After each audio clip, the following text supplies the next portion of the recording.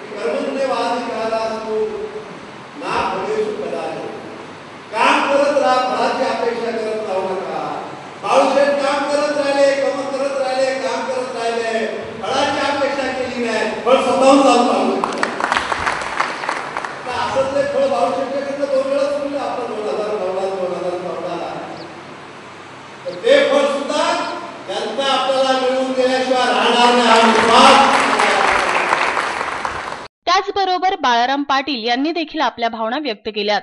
ज्या कार्यक्रमाच्या माध्यमातून ही संधी आपल्याला मिळाली, नावडा स्कूलच्या सुवर्ण महोत्सवाच्या निमित्तानं हा कार्यक्रम झाला. या कार्यक्रमाच्या निमित्ताने शरद पवार साहेब या ठिकाणी आले आणि जयंतभाई, विवेकानंद पाटील साहेब, जयंत मात्रे, सारे आम्ही मंडळी त्या ठिकाणी चर्चा करत असताना कार्यक्रमाच्या दरम्यान त्यांनी जे दृश्य बघितलं, अनुभवलं, त्यांनी ज्या गोष्टी ऐकल्या त्याची तातडीनं दखल घेत त्यांनी निर्णय घेतलेला आहे.